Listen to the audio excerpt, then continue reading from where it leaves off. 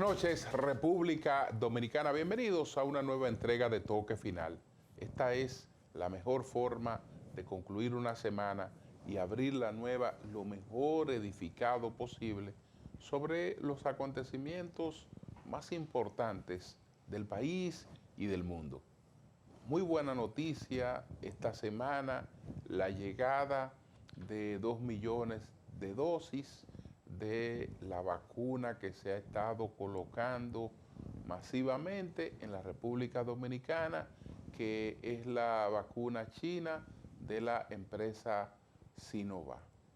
Esto ha permitido pasar, como va a ocurrir a partir del próximo lunes, a la tercera fase del proceso de vacunación, en la que personas mayores de 18 años podrán irse a vacunar, es decir, en la que no habrá límite de edad para los adultos poder ir a vacunarse. Ojalá que todo el que pueda haga provecho de esta oportunidad. Desde luego, si fueran todos los dominicanos que la necesitan, no alcanzan porque son apenas 2 millones de dosis.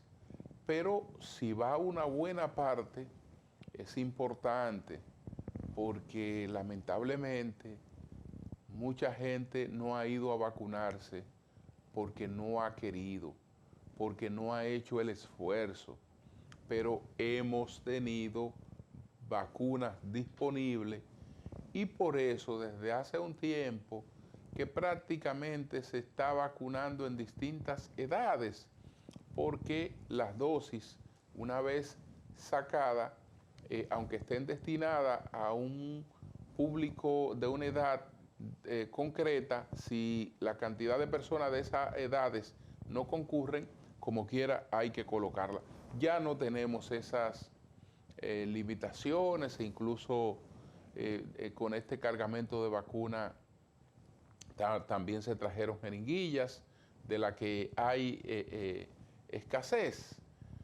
Está el debate en relación con una propuesta que está en el Congreso sobre el tema de la vacunación o de las vacunaciones, que no solo incluye la de el COVID-19, y está planteada la pregunta de si deben tener carácter obligatorio las vacunaciones. Quienes han presentado esta iniciativa dicen que no, que en ninguna parte se establece un carácter obligatorio y que a quien se obliga a crear las condiciones para eso es al Estado. Pero bueno, sin que exista un carácter obligatorio, yo creo que la sociedad tiene que crear mecanismos para que las personas se vacunen. ¿Por qué razón, si la vacuna contra la poliomielitis, el tétano, la difteria, están disponibles y son gratuitas, por qué razón yo tengo que aceptar a un niño en una escuela pública o privada sin estar vacunado? Cuando lo único que tiene que hacer el padre es llevarlo a un centro donde se le va a suministrar gratis una vacuna que puede ser clave para la seguridad, para la vida de ese niño. O si no se pone la restricción, pues entonces la escuela tiene que convertirse en la canalizadora de esa vacunación en coordinación con los padres, porque el que no quiera que sus hijos se vacunen, entonces no me lo traiga a socializar con otras personas, porque lo que le pueda ocurrir a él también afecta a los otros. Y por igual, el adulto que no quiera vacunarse, bueno, manténgase aislado, no socialice, porque usted no está tomando solamente una decisión que puede afectarle a usted, puede afectar a otra persona. Yo respeto, hay gente que tiene creencias, tienen una serie de cosas, pero lo importante es que esta oportunidad se aproveche al máximo para vacunarnos, porque no tenemos de otra para salir de este problema. El mundo en ese sentido se está tornando un poco más solidario. Esta semana Estados Unidos cambió de posición y en la OMS va a abogar junto con los países que lo habían solicitado para que se liberen las patentes de las vacunas. Entonces, esto, aunque en el propio Estados Unidos va a encontrar mucha objeción de la industria farmacéutica, Europa no estaba de acuerdo con esto, se mantenía oponiéndose junto con Estados Unidos. Esto pues tiene un impacto importante y ya muestra una postura distinta por parte de ese país con relación a ese tema. Por otra parte, la comidilla en el país, se ha hablado mucho de una situación que se difunde en un video por ahí sobre un supuestos fraudes en sorteos de la Lotería Nacional. En lo que a mí concierne, yo veo videos y los videos a mí no me indican nada, absolutamente nada. Es decir, yo no creo en nada porque veo que me presentan un video en redes sociales. Tengo que hacer otras indagatorias. Pero bueno, parece que hay una situación en la lotería, porque la lotería emitió un comunicado y en ese comunicado informa que ha presentado, ellos dicen que una querella, yo creo que más bien pudiera tratarse de una denuncia ante el Ministerio Público. Dicen que la han presentado ante la Procuraduría, que aquí todo se lleva a la Procuraduría General de la República, lo que es un error, porque hay un Ministerio Público que tiene que respetar sus escalones, y yo creo que para eso están las fiscalías. Pero bueno, la información dice lo siguiente: la Lotería Nacional informa que a través de su Dirección de Seguridad, en conjunto con la Dirección Jurídica, realizaron desde hace 7 meses una profunda investigación y seguimientos a bandas criminales que se dedican a fraudes y estafas, usurpando la identidad de la institución y del administrador general. Luis Michel Dicen, administrador general de la institución, explica que ha depositado formalmente un caso en materia penal ante la Procuraduría General de la República o ante la Procuradora General de la República, Miriam Germán. En esta ocasión presentan querella formal en contra de colaboradores responsables del sorteo realizado el 1 de mayo en la noche del presente año. De igual forma, esta administración está revisando alrededor de 100 sorteos a través de sus videos realizados en el año 2011 y 2021, ya que durante estos últimos 10 años, uno de los actores presuntamente ha jugado un papel determinante en estos hechos. Hacen el llamado a cualquier ciudadano que tenga información comprobables o que tengan informaciones comprobables de estos hechos que puedan robustecer el proceso investigativo, y al mismo tiempo nos comprometemos a proteger la confidencialidad de las fuentes. Reiteran que quienes deseen ser observadores de los sorteos pueden acercarse a la institución para asistir a los mismos. Señores, hacemos nuestra primera pausa comercial. Al regreso, ¿cuáles fueron los 10 temas más importantes de esta semana?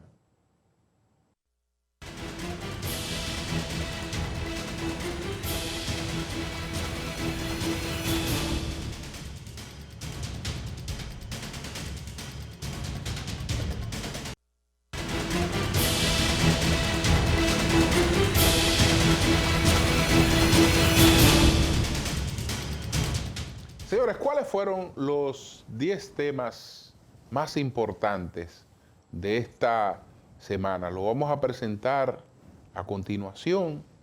Esta semana hubo, por ejemplo, un hecho en España que fue el retiro de la política de Pablo Iglesias, aquel líder de los pobladores que formó una organización que se llamó Unidas Podemos, una organización de izquierda, antisistema, pero a la hora de llevar a la práctica alguna de esas ideas, después que su partido está en el Congreso, que él llega a la vicepresidencia, una serie de cosas, entonces parece que la gente se da cuenta de que hay mucha gente que habla cosas y dice, pero que en definitiva no conduce a otra cosa que a una destrucción, porque él termina hasta conceptualizando contra lo que es España, y cosechando unos niveles de rechazo altísimos, al extremo de que ya él se da cuenta que ni en su partido, ni en las izquierdas, era un factor de unificación, sino de rechazo. Y ha decidido retirarse de la política partidaria, porque desde luego él como profesor universitario, como intelectual, podrá seguir incidiendo de un modo u otro en la problemática nacional e internacional. Vamos a presentar de inmediato cuáles fueron los 10 temas de mayor impacto esta semana. Adelante.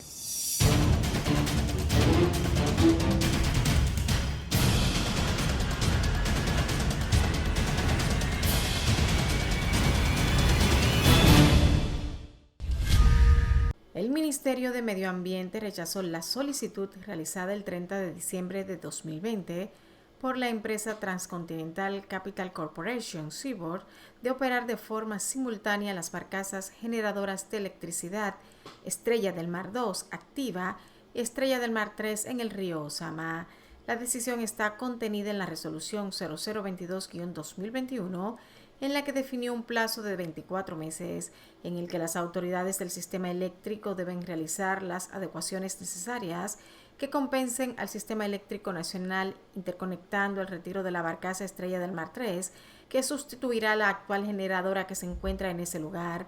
En ese sentido, la empresa solo tendrá una licencia ambiental por 2 años, no renovable, para operar la unidad Estrella del Mar 3, que funciona a gas natural y sustituirá a la actual barcaza Estrella del Mar 2, mientras la empresa Seaboard lamentó la emisión de la resolución por parte del Ministerio de Medio Ambiente, en la que se rechaza la operación de sus barcazas generadoras de electricidad Estrella del Mar 3 y Estrella del Mar 2 en el río Osama. La compañía entiende que esta acción violenta sus derechos adquiridos, por los cuales abogan las debidas instancias institucionales y diplomáticas y, de ser necesario, en las internacionales disponibles para hacer valer el contrato de concesión suscrito entre el Estado Dominicano y la firma hasta el 2030. El Colegio Médico Dominicano y el Consejo de las Sociedades Médicas Especializadas anunciaron que continuarán el proceso de lucha contra las aseguradoras de salud, informando que suspenderán los servicios de consultas a la ARS Mafre. El doctor Justo Nicasio declaró que la paralización de las atenciones sanitarias a los usuarios de la citada compañía será desde el lunes 10 de mayo hasta el domingo 16 en todo el territorio nacional. El también presidente de las Sociedades Médicas Especializadas reiteró que profundizarán las protestas contra el Consejo Nacional de la Seguridad Social y la Asociación Dominicana de Administradoras de Riesgos de Salud, ADARS, si no hay respuestas al aumento en los tarifarios y a otras de las demandas.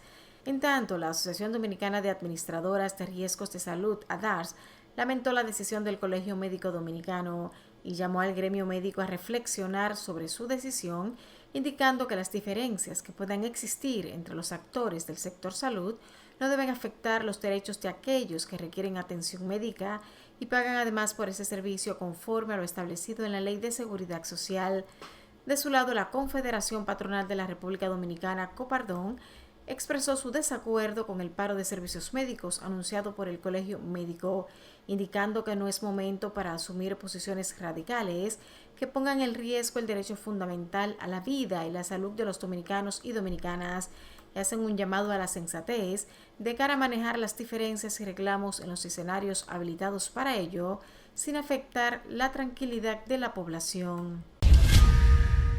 Las resoluciones adoptadas por el Ministerio de Salud Pública y la Superintendencia de Salud y Riesgos Laborales CESALRIL de limitar la cobertura de las pruebas PCR para detectar el COVID-19 a una por año ha desatado una ola de críticas hacia el ministro de Salud, Daniel Rivera, por considerar que realizar ese tipo de acción en momentos donde se está realizando una reapertura mayor de las actividades es un atentado contra la salud de los dominicanos. La clase política nacional ha levantado su voz en contra de la postura adoptada por la CESALRIL y Salud Pública, al mismo tiempo que asegura que lo correcto sería aumentar el acceso a las pruebas debido a que se han relajado las medidas. El senador del Partido Reformista Social Cristiano, Ramón Rogelio Henao, aseguró que las autoridades del gobierno han realizado un buen manejo de la crisis de la pandemia del COVID-19, pero catalogó como absurda la resolución emitida por el Ministerio de Salud de limitar el acceso a las personas a una prueba PCR por año, mientras que su compañero en el Senado y exministro de Salud Pública, Bautista Rojas Gómez, explicó que no tiene ningún sentido que se limiten las pruebas PCR a una por año, cuando las personas para detectar el virus necesitan de una y luego otros tests para confirmar que lo superaron.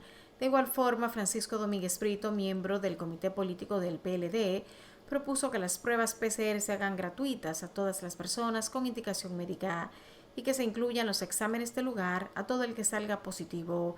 El dirigente PLDista calificó como un error del partido de gobierno el limitar las pruebas gratuitas a una sola por año. Autoridades haitianas y de República Dominicana se reunieron en Dajabón para buscar una solución al conflicto que ha surgido tras la construcción de un canal de riego en Juana Méndez, Haití, que procura desviar una parte importante del río Masacre hacia el vecino país. Las autoridades haitianas están construyendo un canal de riego agrícola que se alimentaría del afluente, que es la frontera natural entre ambos países por unos 5 kilómetros y cuyo caudal ha disminuido en gran parte por la deforestación. Las autoridades dominicanas y haitianas dejaron que sea una comisión de técnicos que determine cómo afectaría el canal en cuanto al agua que tome del río Masacre.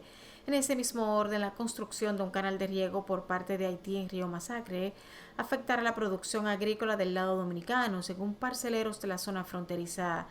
La situación denunciada por parceleros dominicanos de la comunidad La Vigía, Sánchez y El Coco ha causado preocupación, ya que según estos, la obra que realizan los haitianos afectaría más de 14,000 tareas de plantaciones agrícolas que se encuentran en la zona, situación que podría generar un conflicto entre ambos países. La defensa técnica del mayor general Adán Cáceres Silvestre criticó la actuación de la Procuraduría Especializada en Persecución de la Corrupción Administrativa PETCA al argumentar que ha expuesto a su defendido, filtrando las imputaciones que ha formulado y no respetando sus derechos. A través de un comunicado de prensa, la defensa del militar, conformada por los abogados Cristian Alberto Martínez, Romer Jiménez y Elsa Trinidad Gutiérrez, explicó que revelarán ante la justicia las pruebas que sustentan el patrimonio que lícita y honestamente ha adquirido el mayor general. La PETCA omitió deliberadamente ingresos que el Estado Dominicano pagó de manera institucional y transparente al mayor general Adán Cáceres Silvestre para exhibirlo como impedido de poseer los bienes que constan en su declaración jurada de patrimonio. Le atribuyó participar en transacciones que le son ajenas con el único objetivo de construir una historia muy mal contada para tratar de justificar una supuesta lucha anticorrupción muy mal llevada, argumentaron en el comunicado. Asimismo, agregan que el general tiene más de 3 décadas sirviendo a la patria, al tiempo que hace mención de que sirvió en los gobiernos de los expresidentes Joaquín Balaguer, Leonel Fernández, Hipólito Mejía y Danilo Medina, este último bajo el cargo de jefe de seguridad del cuerpo presidencial. Ante el reclamo de los colegios privados y los colectivos que representan a los padres, el Ministerio de Educación, MINER, informó el pasado jueves que recibió del Gabinete de Salud un informe favorable para una apertura general en todos los niveles del sistema educativo preuniversitario. Tras compartirnos el Gabinete de Salud su postura favorable a una apertura general en todos los niveles del sistema educativo preuniversitario, el MINER pone en marcha de inmediato las previsiones que para esta circunstancia se establecieron desde el inicio del Plan Educación para Todos, preservando la salud, previa consulta con los sectores y entidades relacionadas, de modo que avancemos en unidad de toda la comunidad educativa, en otro paso del cual también saldremos airosos, indicó la entidad a través de un comunicado. Como hemos informado permanentemente, las decisiones sobre la apertura o cierre de aulas y el retorno a la semipresencialidad o presencialidad se han fundamentado y seguirán haciéndolo en las conclusiones y recomendaciones del Ministerio de Salud, órgano rector de la salud pública de la República Dominicana, y del Gabinete de Salud como ente oficial, coordinador y conductor de las normativas y políticas sobre la pandemia, a cuyas orientaciones nos atenemos todas las entidades oficiales relacionadas, indicó el Ministerio de Educación. Una mujer que se identifica como Ivagna Morales y representante del sector equino nacional denunció que cuatreros están sacrificando caballos y haciendo pasar su carne como si fuese de res. La denunciante manifestó a través de un audiovisual que las autoridades han sido alertadas de la situación, pero no han frenado la práctica que califica de criminal y dice afecta a los criadores y a la sociedad que es engañada al comprar y consumir esa carne. Ya las autoridades nos han escuchado, sí, pero llegó el momento de actuar. Desde el 2020 estamos sufriendo esto y no es tema político. Esto no es politiquería barata, esto es la realidad de un sector que se están mutilando los caballos en este país, que se están vendiendo por carne de res y esa carne de ese crimen se está consumiendo en las frituras de los pueblos y en los mercados, sostuvo la mujer. Cita como uno de los casos recientes la matanza de 4 caballos en el Batey Quisquilla, en San Pedro de Macorís. Bill Gates, el magnate estadounidense y cofundador de Microsoft, anunció en redes sociales que pondrá fin a su matrimonio con Melinda Gates después de estar 27 años juntos. Tras mucha reflexión y trabajo en nuestra relación, hemos tomado la decisión de poner fin a nuestro matrimonio, señalaron en un comunicado conjunto publicado en Twitter. La pareja se conoció a finales de los años 80, cuando Melinda se incorporó a Microsoft y tiene una fortuna valorada en más de $130 mil millones.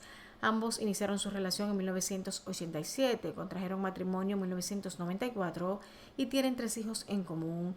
Juntos crearon la fundación Bill y Melinda Gates, a través de la cual han donado miles de millones de dólares en la lucha contra enfermedades infecciosas e impulsando la vacunación de menores. El presidente de Colombia, Iván Duque, decidió dar un paso atrás y retirar su proyecto de reforma fiscal tras intensas jornadas de protestas multitudinarias en las calles del país.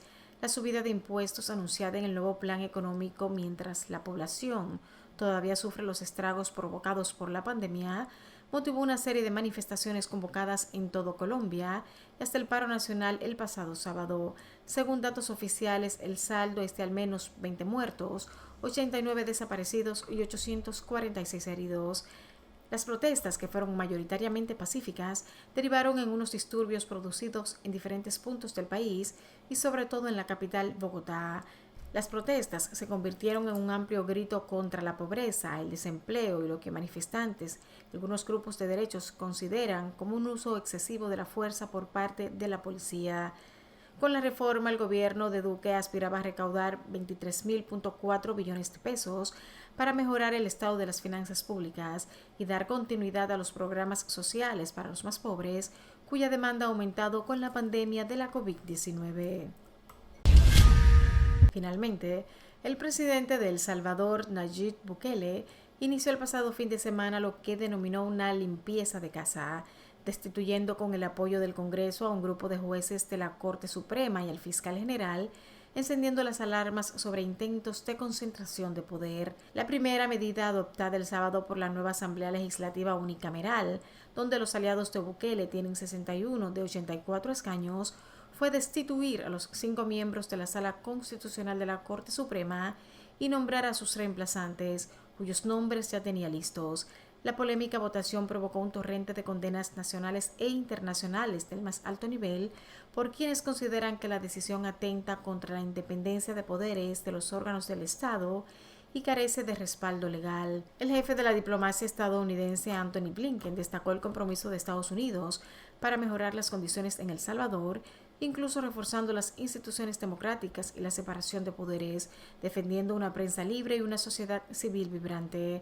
En tanto, la Organización de Estados Americanos, OEA, advirtió que cuando las mayorías eliminan los sistemas de pesos y contrapesos en el marco institucional, están alterando la esencia de funcionamiento del mismo. Ante lo ocurrido, le pidió a Bukele garantizar la separación de poderes y el orden democrático.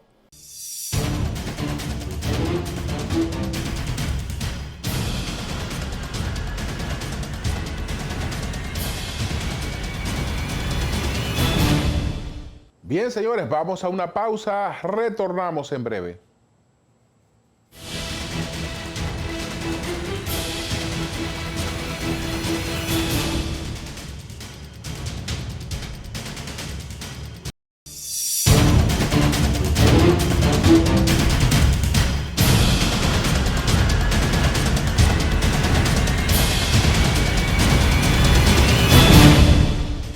Bueno, señores, la verdad es que para nosotros lo que ha ocurrido en Colombia con la propuesta de reforma fiscal tiene que ser objeto de estudio, porque hay similitudes entre las realidades dominicanas y colombianas, con el agravante para nosotros de que la situación nuestra es mucho más frágil que la de Colombia en lo que es el comportamiento de su economía. Por ejemplo, los colombianos, antes de la pandemia, pues al igual que nosotros, bordeaban el 50% o lo pasaban con muy poco de endeudamiento de la deuda en comparación con el Producto Interno Bruto. Y Colombia pues elevó ese porcentaje a casi un 65%. Quiere hacer una reforma fiscal porque para ellos sería catastrófico llegar a un 70% de endeudamiento en relación con el Producto Interno Bruto. Pero ¿qué resulta? Que la República Dominicana no solo llegó, sino que tiene un 72% de endeudamiento en relación con su Producto Interno Bruto. Con otra desventaja, la presión fiscal en la República Dominicana es de apenas un 14%. La colombiana es cercana al 20%. Colombia pertenece a los países OCDE, que son los países de mayor desarrollo, aunque ha tenido un retroceso importante con la pandemia, porque no menos de 3.5 millones de colombianos se han hundido en la pobreza por la situación de la pandemia. Y la pandemia que desde finales de febrero a marzo, finales de enero a marzo, había venido teniendo un comportamiento que apuntaba hacia el control, entonces se ha revertido y se ha recrudecido. Y estamos hablando de que Colombia tiene cerca de 80,000 muertos a causa de la pandemia. Entonces, tomando en cuenta todas las recetas que ahora están produciendo los organismos internacionales, Colombia trata de hacer una reforma fiscal en la que el gobierno se va a un plan de austeridad, que es lo que se procura cuando se habla de mejoría de la calidad del gasto y disminución del gasto del gobierno. Colombia, por otra parte, trata de que los sectores más pudientes paguen más impuestos e incluso le establece sobre las cargas que tienen algunas cargas provisionales con motivo de la crisis. Y por ese lado trata de hacer todo lo que es posible para poner a pagar más a los que pueden pagar más. Pero hay un cuento que se repite para engañar a la gente y mucha gente lo compra ese cuento. ¿Cuál es el cuento? Que los problemas de un país, de las necesidades de recaudación de un país, se resuelven poniendo a pagar a un grupito. Vamos a buscar a los que más tienen y vamos a ponerlo a pagar. O que los problemas se resuelven administrando mejor los fondos públicos. Como en el pasado se robaba, ahora no se va a robar, va a sobrar unos cuartos. Siempre eso se ha planteado, pero nunca eso ha funcionado así.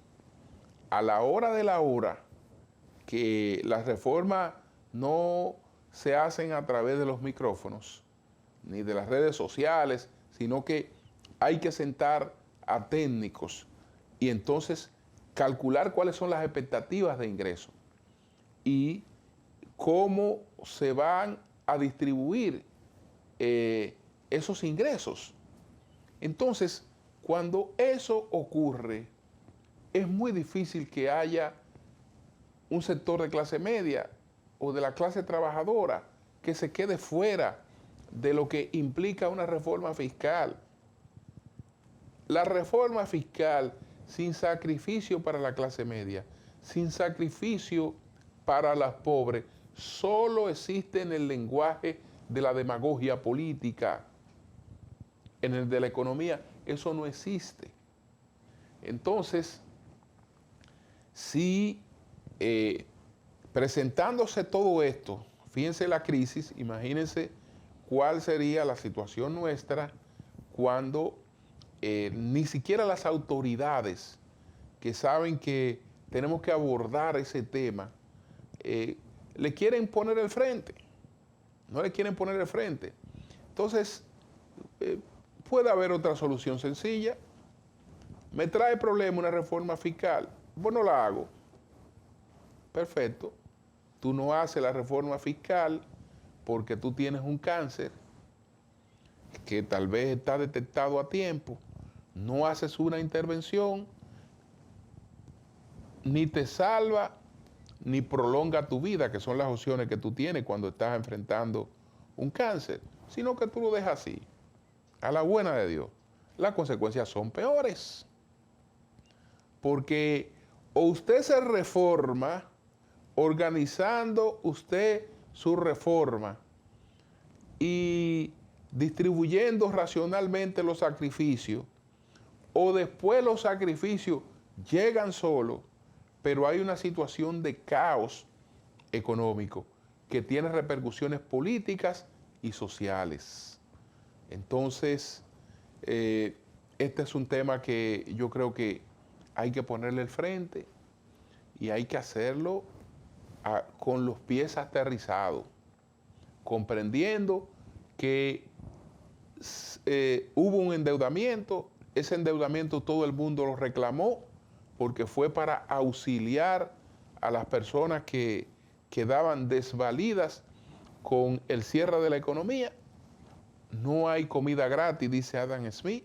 Es decir, todo lo que se recibió gratis, llegará el momento de pagarlo. Y lo vamos a pagar todo, porque no hay de otra. Hacemos una pausa y entonces vamos a ver qué opina en las 3 preguntas sobre lo que ha ocurrido en Colombia y sobre nuestra propia propuesta de reforma el economista Juan Ariel Jiménez, que es miembro del comité político del PLD y fue ministro de Economía, Planificación y Desarrollo. A regreso.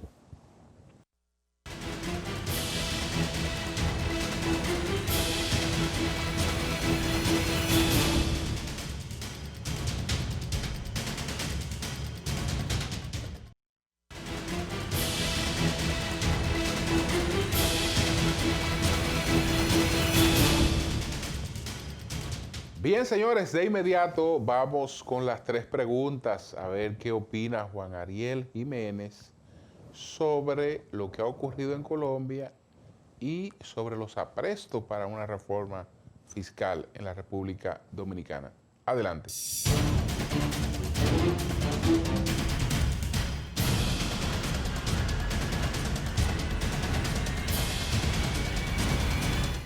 ¿Qué opina del estallido social que se ha producido en Colombia por la propuesta de una reforma fiscal y que ha continuado encendido aunque el proyecto fue retirado? El estallido social en Colombia tiene antecedentes previos a la propuesta de reforma fiscal. Tenemos que saber que en Colombia se han suscitado protestas desde el año 2019, básicamente por temas relacionados a la desigualdad. Entonces, como este proyecto de ley de reforma tributaria incluía un sinnúmero de impuestos que afectaban a las clases vulnerables y las clases medias, incluyendo el impuesto sobre la renta y la ampliación del IVA, que aquí se conocería como ITEVIS, entonces genera ese descontento de la población que se suma a las quejas anteriores de que en Colombia estaba aumentando la desigualdad. Y es por eso que se tiene este estallido social y que ha continuado lamentablemente a pesar de que ya ha sido retirado, incluso que ha renunciado el ministro de Hacienda. Colombia tiene mayor presión fiscal y menor porcentaje de deuda en relación con el PIB que República Dominicana. ¿Significa que el FMI y los tenedores de los bonos y títulos de la deuda dominicana esperarían una propuesta de reforma más eficiente? Debo decir que nosotros no tenemos acuerdo con el Fondo Monetario Internacional, como tampoco lo tiene Colombia, con lo cual no hay los requerimientos típicos del fondo cuando se tiene un acuerdo stand-by, por ejemplo. Lo que sí ocurre es que las agencias calificadoras requieren de una serie de medidas para poder mantener la calificación crediticia. De hecho, han anunciado que para mantener la calificación crediticia de República Dominicana están esperando una reforma fiscal. Pero debo también advertir que disminuir un escalón en la calificación del crédito de la deuda tampoco es grave. Eso no es un problema mayor, simplemente indica que es posible que aumente el interés al cual se coloca la deuda, o sea, la tasa de interés.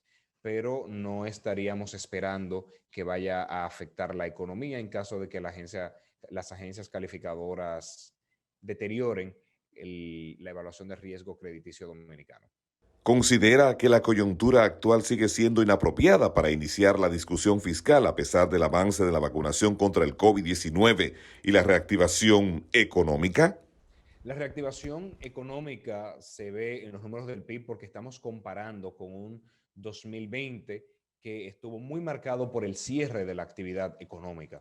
Entonces, no podemos decir que la economía está a plena capacidad. De hecho, aunque se tenga un crecimiento entre el 4 y el 6% del PIB este año, no estaríamos todavía a los niveles que se tenía previo a la pandemia en 2019. O sea que la actividad económica está todavía lejos de ser recuperada este año. Y además, debo decir que el mercado laboral todavía está afectado. Hay cientos de miles de trabajadores desempleados y desalentados, con lo cual la tasa de desocupación, dígase, las personas que no están trabajando, a pesar de que si le ofrecen un trabajo estarían dispuestos a tomarlo, esa tasa sigue alta y además las MIPYMES están todavía afectadas por los efectos del COVID-19. Y es por eso que cuando el ciclo económico está en la fase negativa, es decir, que la economía está más débil de lo habitual, pues entonces hablar de aumento de impuestos o de disminución del gasto, se estaría pensando en una política fiscal que sería procíclica y no contracíclica como debería ser. sea, una política fiscal que está exacerbando la debilidad de la economía. Y es por eso que en términos meramente económicos, este es un año donde aplicar una reforma fiscal sería contraproducente. Pero tener la discusión de un pacto fiscal, tener la discusión en el marco del Consejo Económico y Social, como manda la Constitución y las leyes, sí que sería apropiado porque pudiéramos discutir como una sociedad en su conjunto qué queremos financiar y cómo lo queremos financiar. Pero son cuestiones distintas. No es lo mismo una reforma tributaria que manda el gobierno unilateralmente y que impone en el Congreso por mayoría a discusiones del pacto fiscal donde toda la población puede expresarse sobre qué entiende debe hacer el gobierno en cuanto al gasto y en cuanto a los ingresos, que serían los impuestos.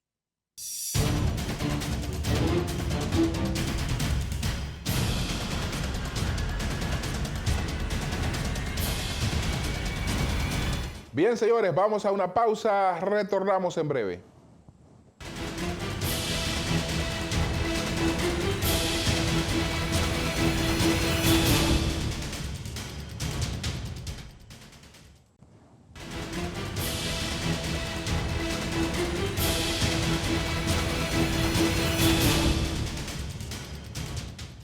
Bueno, señores, sobre esta operación que el Ministerio Público ha denominado Coral, pero que yo creo que bien puede denominarse Kepis Rameado, por lo que implica, hablaremos posteriormente, ya se han conocido las medidas de coerción y estos expedientes hay que esperar que se desglosen, que lleguen ante un juez que ya va a examinar las pruebas. En esta primera etapa de lo que se trata es de que el Ministerio Público se presenta ante un juez, dice yo tengo indicios graves, concordantes contra este individuo, hay una red, yo necesito medidas cautelares, necesito medidas de coerción contra estas personas para poder llevar a cabo mi investigación.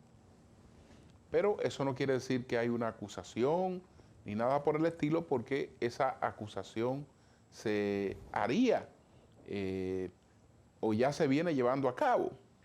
Entonces, esperar a ver que las cosas se desglosen, que las aguas lleguen a su nivel y ver ya esto un poco en detalles. Sí, he resaltado la particularidad de este caso porque hasta este expediente cualquier militar activo o inactivo, y en este caso se trata de militares activos, una buena parte de los que están involucrados en estas investigaciones, pues se les indagaba por casos específicos, expedientes concretos sobre un hecho determinado. Ahora no se está hablando de un caso específico, sino que estas personas están siendo investigadas. El mayor general Adán Cáceres Silvestre y otros generales y coroneles y una pastora evangélica, porque ellos tienen bienes que no encuentran justificación, dice el Ministerio Público, en función de sus ingresos. He dicho que si ese es el criterio, entonces el expediente no deja fuera a ningún oficial de los institutos castrenses, porque ninguno de los oficiales pues pueden presentar un nivel de vida que se corresponda exactamente con sus ingresos.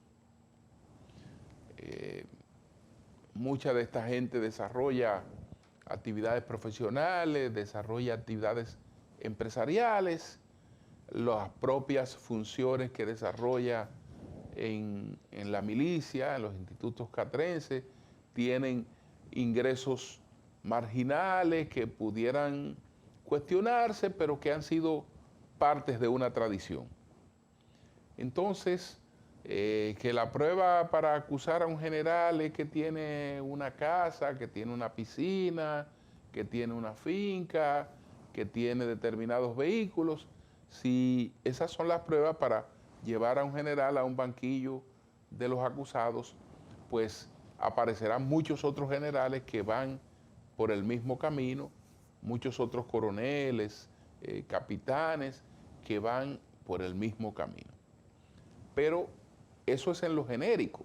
Ya veremos en lo particular qué ocurre con esto. Entonces, a esperar, medidas de coerción no es condena. Y todavía no hay una acusación. Ojalá que a esas personas se les respete, digamos, el debido proceso. Abogar por la presunción de inocencia es mucho pedir, porque por lo general estas personas son sometidas a un banquillo previo. Ya cuando se llega a una etapa como esta, el propio Ministerio Público ha filtrado algún programa, las investigaciones que está realizando, para crear toda esta corriente de opinión pública que luego favorezca pues cualquier medida de coerción o cualquier persecución. Así es que ya veremos lo que pasa en eso.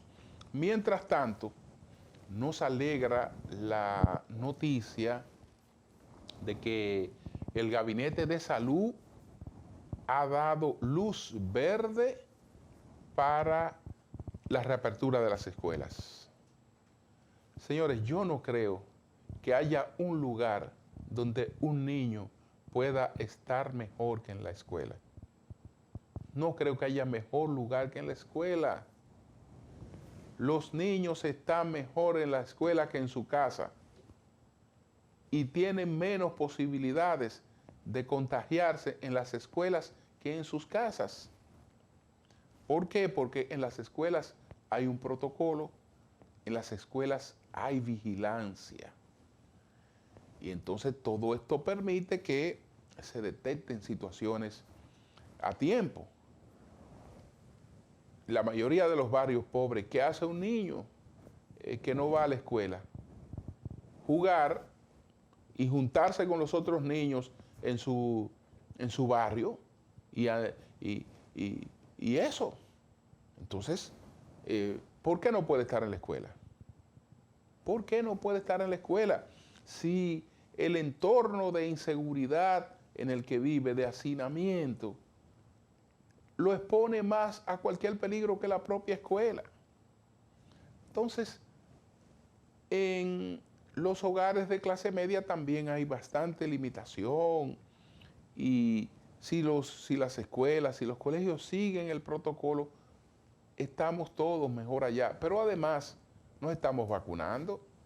Se supone que casi todos los profesores públicos del sistema público están vacunados. Hay que hacer lo propio con lo del sector privado, y entonces crear este esquema de cierto aislamiento, de vigilancia constante, de educación, para que los niños también se cuiden, porque los niños viven con adultos, esos adultos tienen que salir a trabajar, es decir, tienen contacto con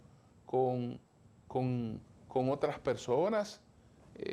A veces hay adultos que no solo salen a trabajar, sino que salen de fiestas, salen a grupos. Cuando vienen y van de sus trabajos, van muchos en transporte público, etcétera. Pero si uno puede ir a un bar o uno puede ir a un restaurante, ¿por qué no se puede ir a la escuela? ¿Por qué razón no se puede ir a la escuela? Entonces, yo creo que